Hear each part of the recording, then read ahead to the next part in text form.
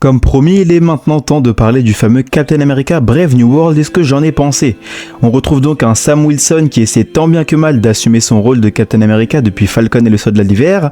Il est désormais au cœur d'un conflit politique où il aura affronté le président lui-même, aka le colonel Ross, ainsi que Samuel Stern, un super boosté au rayon gamma.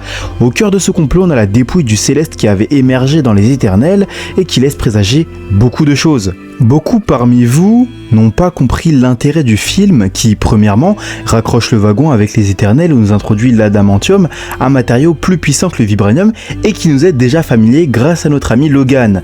On a donc la confirmation qu'il n'y aura pas de X-Men sur la Terre 616.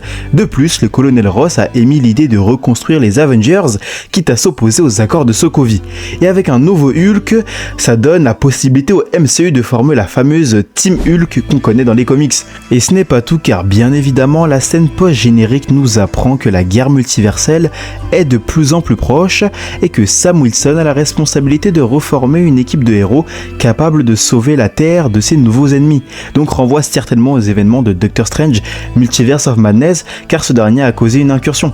Donc finalement, ce film a son utilité, il suffit juste, comme je vous l'ai dit, de le voir comme une pièce d'un immense puzzle, même si malheureusement, la déception de ne pas avoir pu profiter pleinement d'un bon film pour le prix qu'on le paye nous fait vite oublier ce que Marvel Studios prépare. Mais attendons de voir la suite et nous en reparlerons.